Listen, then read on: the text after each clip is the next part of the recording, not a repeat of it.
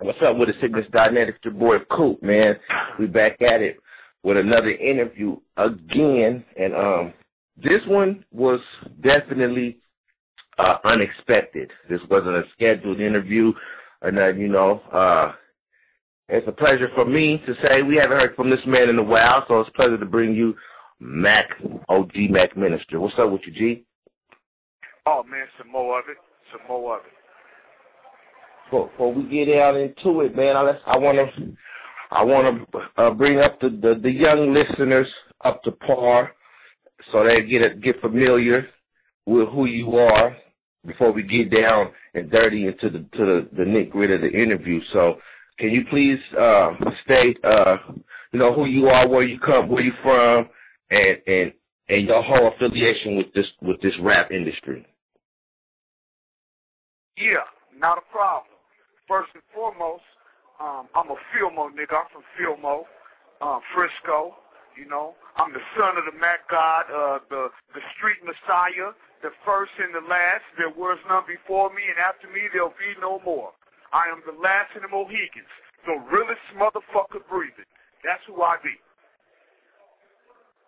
Indeed. Now, for the young cats, man, the Mac Minister, man, if you ever heard about doing an intro, interlude, back in when people was making classics and putting albums together like books, they had skits and interludes and good words. And Mac Minister was one of these dudes, man. And who were some of the cats that you worked with some of the big records that you was most notable for coming up? Snoop Dogg, E40, The Game. Just to name a few. Too Short. The list goes on. Been messing with everybody doing their primes, but for the people that do know, man, Mac Minister is in a situation right now. He's been in a situation for a while. He been locked up. How long you been down, Matt? I've been in prison 7 years, and altogether it's been 9. So I've been gone 9 years. Now, being that you was very vocal before you got. Before I say that, he's in jail right now for double murder, homicide. But before we get into that, you was very vocal before you went down. And you said it's been 7-9 years, and we haven't really heard from you. Why is that? Well, I did 7 years in maximum security penitentiary up in Ely. 24-hour lockdowns like a shoe program. Those that watch Training Day, that's what Denzel was talking about. 23-hour lockdown, nigga, basketball and the maximum security program, nigga. So that's where I was at. I just finally got, where I could get the phone and have access like that. I'm like smack dead in Vegas right now. I'm like 25 minutes from the Strip. I'm in Hot State Penitentiary. You had no phone privileges or nothing, so now you just not getting access. I had phone privileges, but they bring you a cordless phone. They slide it under the door, and you get 20 minutes. You get 5 minutes to get through, and then you get a 15-minute phone call, and after the 15 minutes up, the phone automatically shut off. That's why you have a PIN number. That's why when I call you, it's a voice that say my first and last name. And once me and you talk, if we was in Ely, I couldn't even talk to you no more. I get 15 minutes. And if the phone cut off in 2 minutes, you can't call back. If you try to call back, the operator will say, you've exceeded your calling limit restrictions. Please try again. So, yeah, that's what it is, man.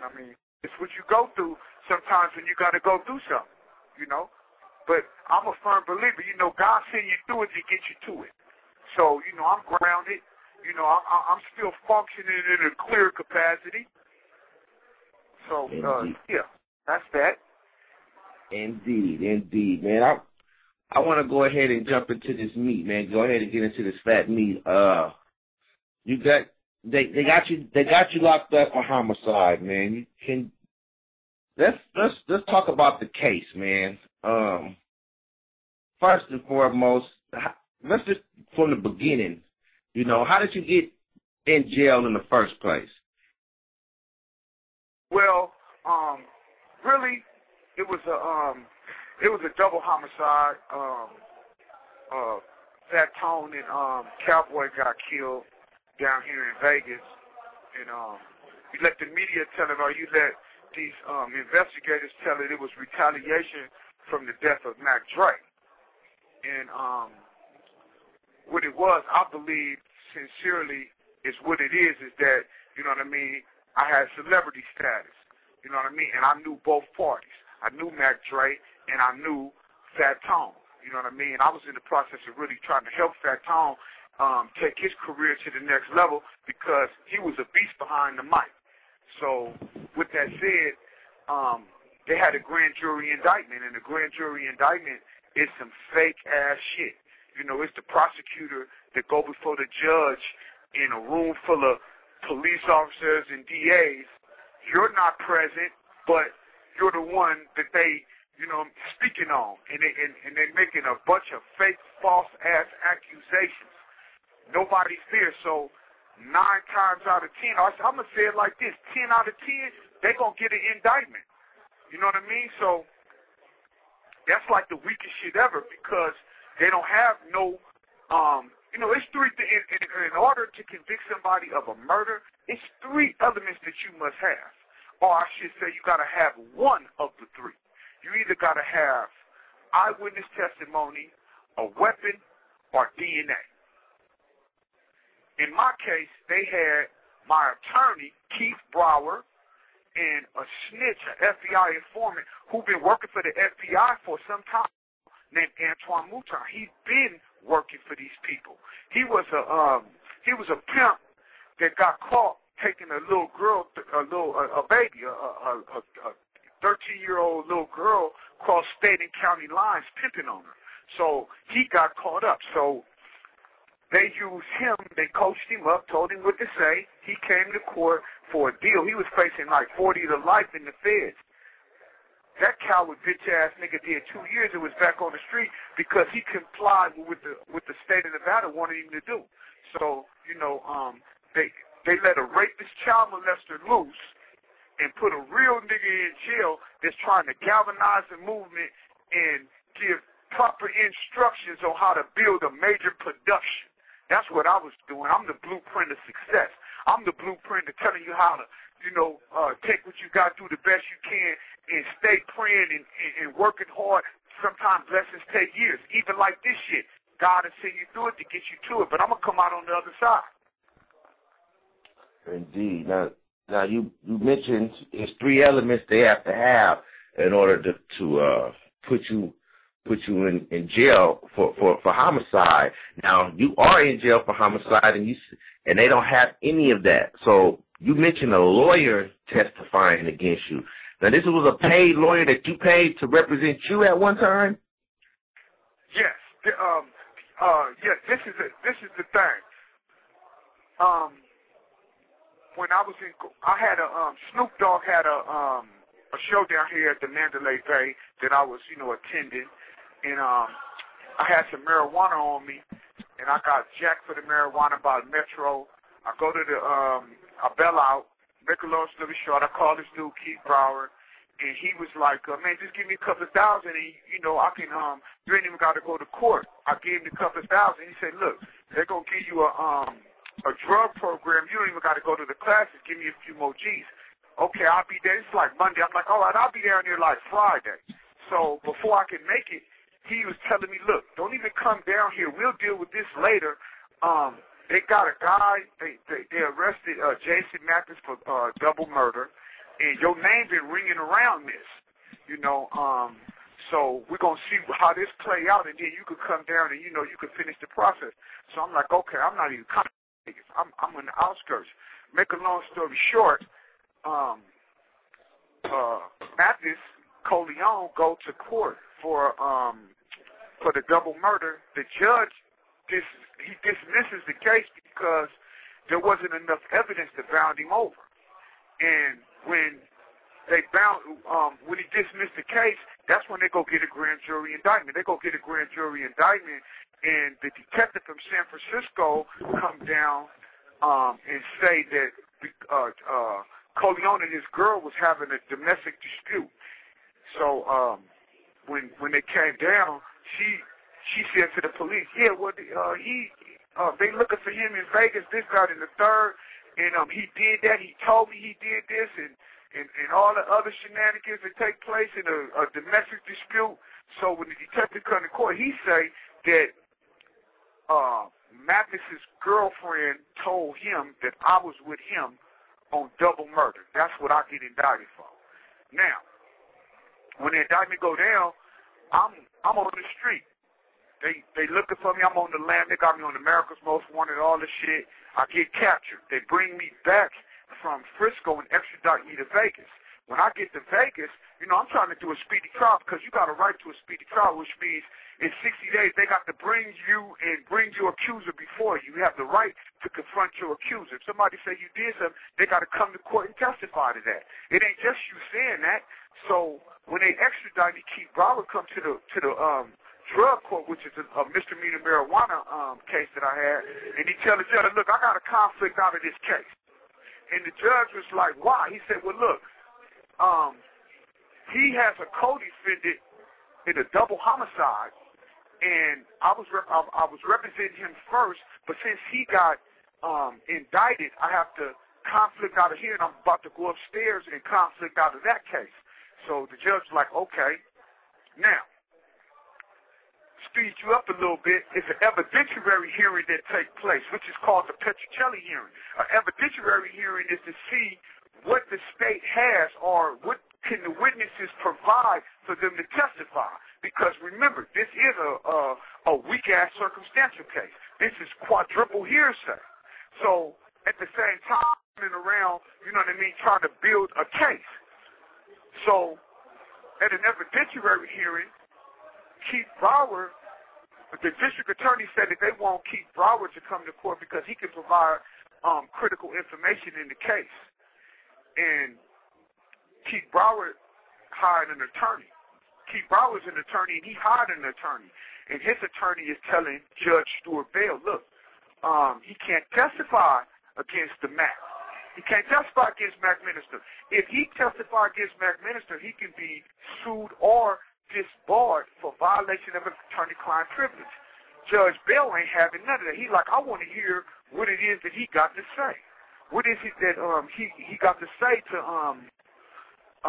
that the prosecutor won't? And Keith Broward get on the stand, and he say that he called a person that was close to Mathis and said, can I speak? Have you seen Mac? And the person on the other line was like, yeah, and allegedly give me the phone. And then Keith Broward say 2 hours later, this person is dead. The state contends that the person that gave me the phone was a potential witness, which was a prostitute that Mathis had. So to make a long story shorter, I mean, shit. Hey, this story ain't short. This is some cold revelations, man. So when he testified to that, they get the jailhouse snitch to come, and he say that he saw me with Mathis at the Bellagio summer of '06, and that me and Corleone is at the bar, and I'm bragging to him about the shit we did for Mac Dre and all this. So now, I was in jail summer of '06. The jailhouse informant was incarcerated summer of '06. My motherfucking co-defendant was incarcerated summer of '05. So how the fuck can this man be at all these different places? Now, we get the trial. They testify to the same thing that they testified at evidentiary hearing. Now, the attorney cannot, under no circumstances, can he testify against me, even though he lied, and I could prove the lie. Got the phone records. The phone records show he never made the phone call that he said he made. That was the DA instructions. the jailhouse informant say he saw me, which, again, the jailhouse records show I was incarcerated, he was incarcerated. Then you got the FBI phone. The FBI was tracking my phone. And so when he switched his testimony at trial. He said he saw me around Christmas of '05. Well, the motherfucking FBI tracking me. The phone towers show I'm in a whole nother state. But see, this is what they do. Once their whole thing is to convict you by any means, and then the fight is getting back. We're going to get some time, but we know you going to get back. We know you going to get out. You see niggas get overturned all the time. Nevada is the #1 overturned state in the United States. Judge Bell was the #1 overturned judge in Nevada. They kicked him off the bench. Right after he got done with me, they forced him off the bench because he was making too many foul decisions. He was making personal decisions. So they know I'm going to get that, but they're going to get some time out you. You follow what I'm saying? They're going to knock down the direct appeal. Now, right now I'm at the stage of a writ of habeas. A writ of habeas is all the evidence that I've found, such as knowing that I didn't find out that Mouton was incarcerated until after the trial. A lot of I didn't get until after the trial. And this is what they do. And then on a direct appeal, it's certain things you cannot bring up. The only thing that you can bring up in a direct appeal is what the trial judge did in error. In a writ of habeas, you can bring up newly discovered evidence. You follow me? So this is the process that they say you do. But only the strong gonna survive. You follow what I'm saying? It ain't nothing above my head and below my feet. I can't handle our dismantle. Nigga, I'm built for it tough, rougher than hockey. It don't matter what they try to do to me. I'm still gonna stand solid, man. I'm never gonna compromise integrity. I wouldn't give a fuck what they try to do. You know what I mean? I ain't did nothing to no motherfucking body. Period. So go ahead. What's the next question? So basically now where you stand is you have new evidence. So now you're looking to get a new trial, correct? Absolutely. See, but this is what's gonna happen. First of all, I can't even trust none of these lawyers down here because they show me these motherfuckers are full of debauchery down here. This is a good old boy state. Anytime your attorney does the most egregious violation to get on the stand and testify against you, this is unheard of. This is unheard of. This is not only a violation to my due process, but a violation to every black and brown due process in America. You violate me, you'll violate anybody else. This is why they're doing all the shit that they're doing out there in the world, because they don't give a fuck about us, bottom line. And when you can do some shit like that, you can do that, you can go against the code of ethics like that, you can just violate the most sensitive rule of them all, your attorney. If you can't get finding your attorney and you go into court, then that means the whole system is corrupt when you can have an attorney that can come to court, not only testify, but lie. That's amazing, man. I expect it coming from the prosecutor because that's what he about, winning. He don't give a fuck. He'll send his mama to prison just to get a victory, you know. So, but when your lawyer do that, that's just over the top. You mentioned a judge being disbarred because of all of the mistakes he made. Now, when something like that happens, why wouldn't they go and look at every case he was involved with? That's why he retired. See, he quit. He wasn't done with his racism. You know what I mean? He was by no means was he done with his racist tactics, period. But he had got overturned so much that they was like, nah, you got to go. Because what had happened is once somebody file a complaint and they get overturned for you abusing your discretion, then a bunch of cases can get overturned. So that's why they ran him off the bench. You follow what I'm saying? So right now I'm in the process of getting representation. I just recently, I had this lawyer from Frisco, but see, attorneys, man, it's like this, man. It's two things in the world that you don't trust: the weatherman or a motherfucking lawyer. Period. Period. Right. And the only and what it takes shit like this to expose it. It takes shit like this to whereas, you know, it's so much the social media right now make them act right. You know, because when this shit get written up and, you know, not only did my attorney testify against me, but this is the most crucial part of the case. I paid a lawyer down here, Tony Scrow. This is the shenanigans that took place. I gave Tony Scrow $60,000. I did some shit off the Game album. I got paid from the Game album, and I didn't even see the money. You know, my freedom is more valuable or more precious than anything in this world. You know what I mean? When they incarcerated me, nigga, everything is for sale except my soul and my booty hole. Everything else gotta go. You hear me?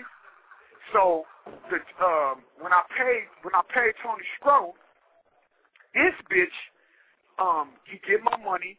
Once he get the money, because it took a little process because I had to sue because I wasn't getting my full due from what I did for the Game album. So I wanted my mechanical royalties and my points. I needed all that, right? Because I'm fighting for my life. And you know, when you're a real motherfucker and you're going through certain things, real niggas that claim they in this game and they respect this game, nigga respect my process. Help me go through this process properly. I shouldn't have to call you, look for you, chase you down, none of that. Nigga, I shouldn't have to chase you. You should be running up on me trying to come see me. Man, how can I help you through this? Especially when a nigga is honorable. There is no impropriety on my G-file. You hear me? I don't give a fuck what I got to go through. I'm going to go through it and I'm going to be true to it. So at any rate, I pay Scrow. The Beverly Hills lawyers give Scrow the money. Once Scrow get the money, he sent his subordinates to court, and they say to the judge, look, Scrow is asking for a 3-day delay because he's going to be flying in from Italy, and the day that he comes in is the night that he flies in, that morning is trial, and he would like to have a short delay. The judge tell the subordinate, Scrow set this record. He set this trial date. I will not disrupt my court calendar because Scrow is flying in from Italy. If Scrow's not going to be here, I'm going to appoint you two. He appoint 2 lawyers to represent me. Nigga, I go crazy. I say, hold on, man. How the fuck you just going to take my money, take my lawyer, and appoint me 2 lawyers 3 weeks before trial? I said, well, look, I'll tell you what. If you want to do that, just give me some to get another attorney. He say, you can get who you want to go get, as long as they be ready to go to trial in 3 weeks. I said, man, how can they properly prepare for a double homicide? This is double murder, not a motherfucking double cheeseburger. He laughing, but this ain't one of my jokes.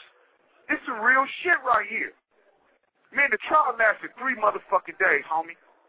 3 days. Wow. And they didn't even let my witnesses testify. I had a couple of witnesses testify. The witnesses were so strong that, you know what I mean, they knew if all these people testify and these jurors look at this and analyze the testimony, and then I'm going to testify. I don't have a problem with speaking up for myself.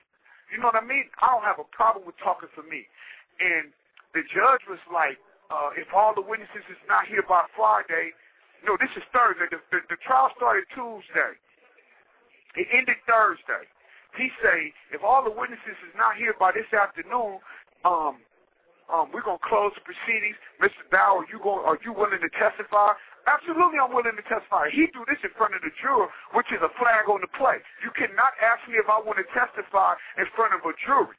And the reason why is because I don't have to say anything to incriminate or aid the prosecutor or the detective in convicting me or hurting me in any way. That may not be part of my strategy. But me being who I am, I say, yeah.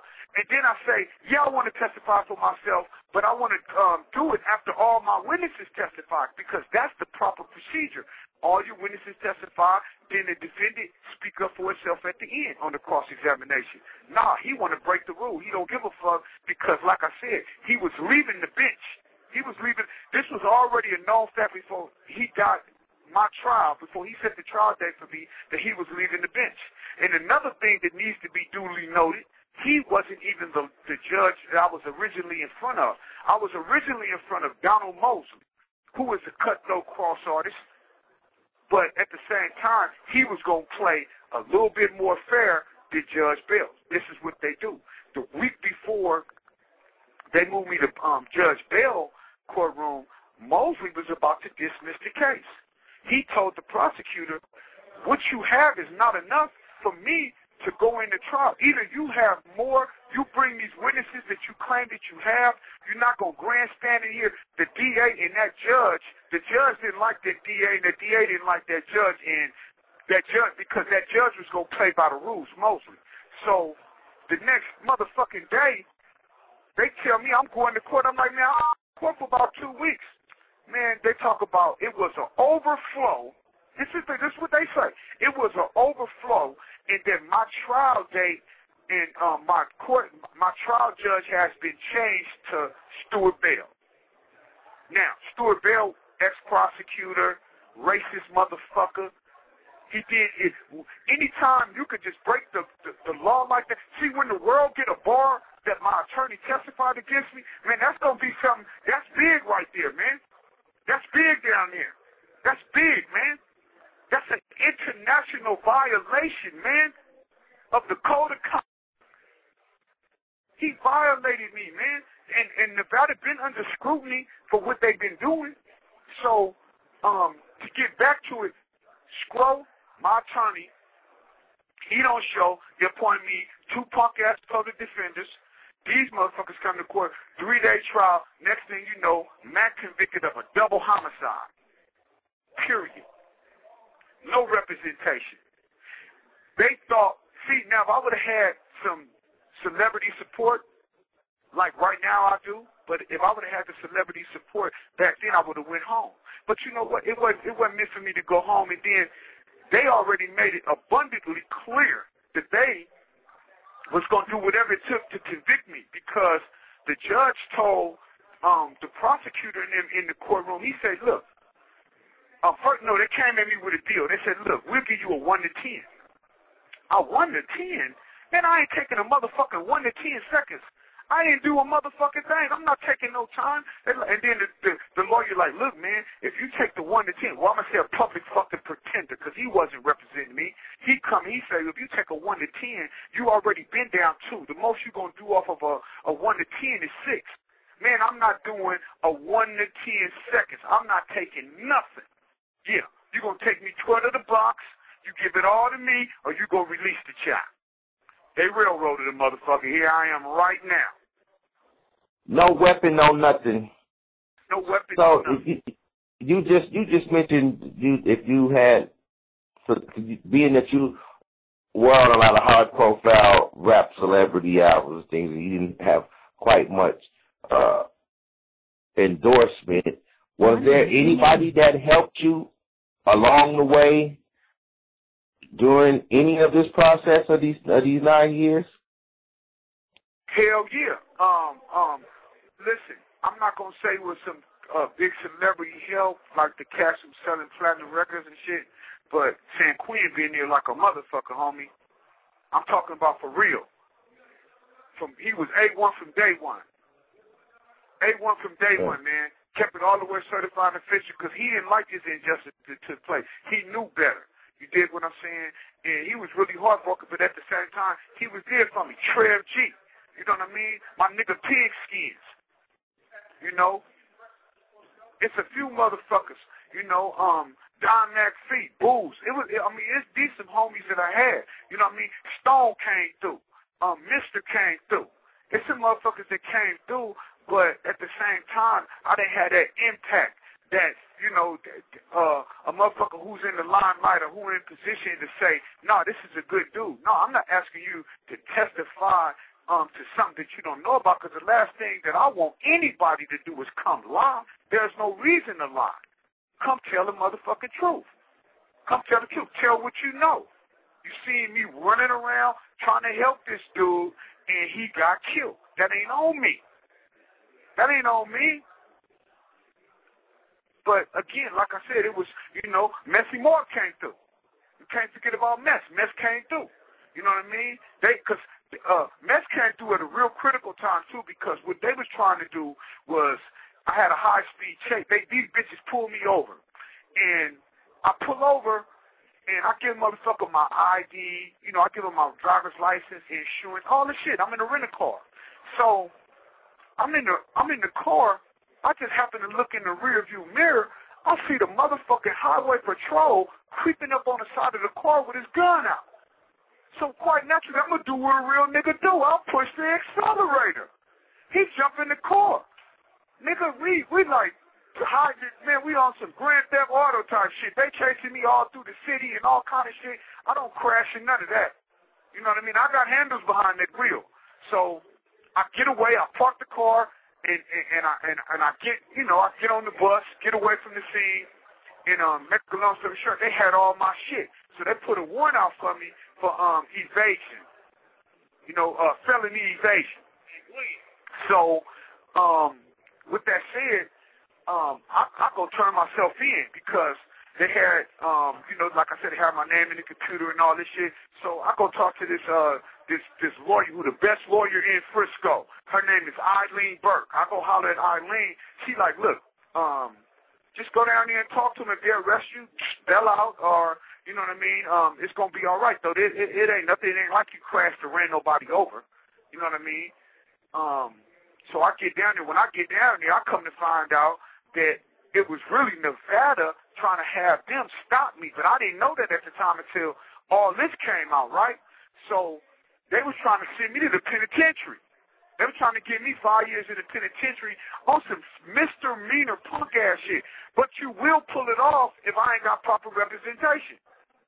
Because proper questions ain't going to be asked, proper cross-examinations ain't going to take place. It's going to be some bullshit, and they'll win with that. That's why you get so many fake-ass convictions. So Mess came through with a high-profile motherfucker that he had already had on his payroll, Eric Sapphire. You know what I mean? If you blow your nose in the public and they arrest you, Eric Sapphire won't $15,000. You feel me?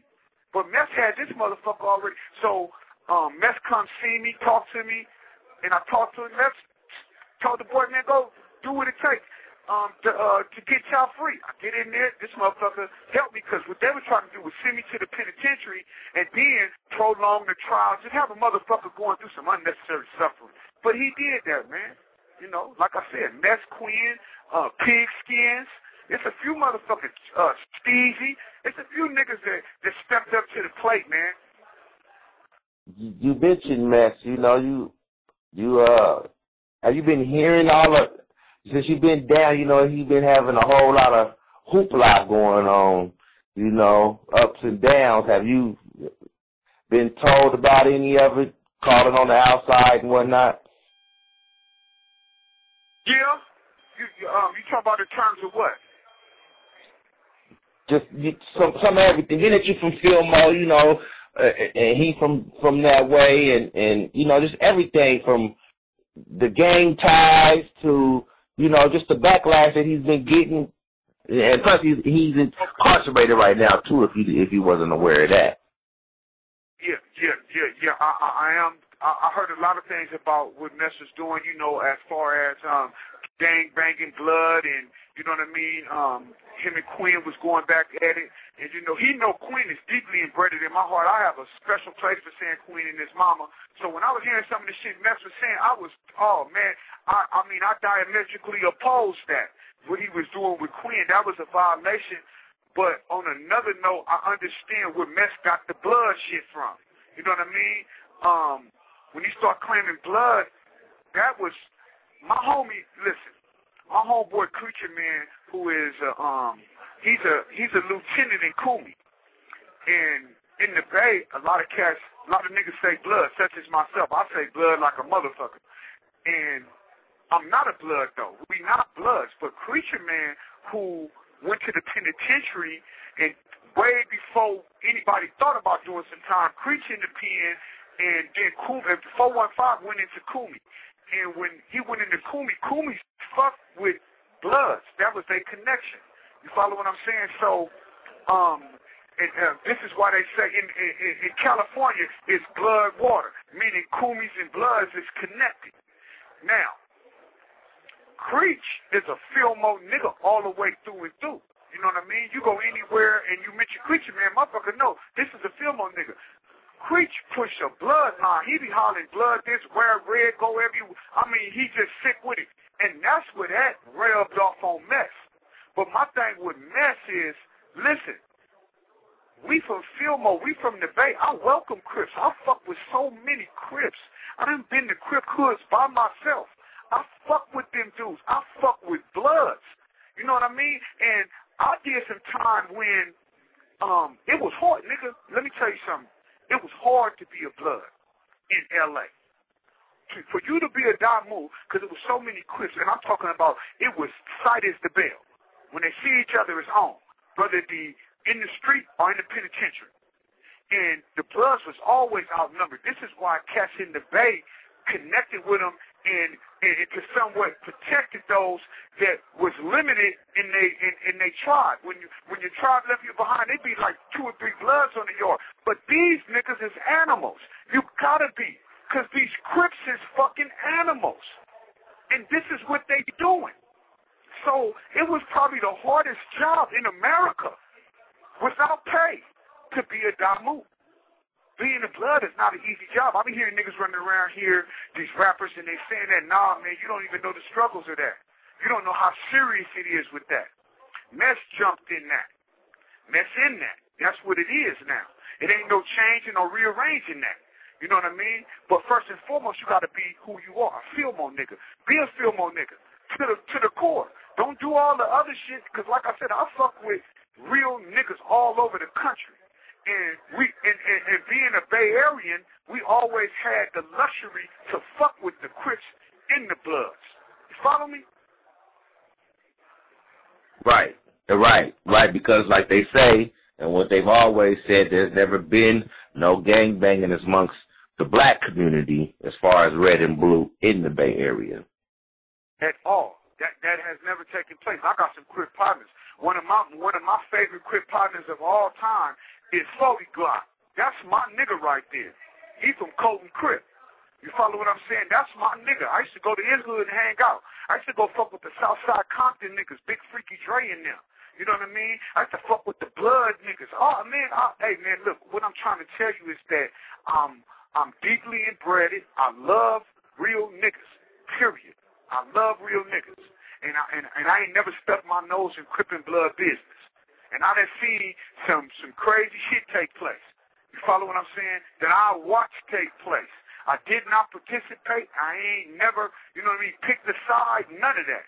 But if by any means, if you with me and some motherfuckers push up on you, I'm with you. I ain't gonna turn my back on you, but I'm not finna jump in your car with you and start gangbanging, whether I be with the Crips or the Bloods. You follow me?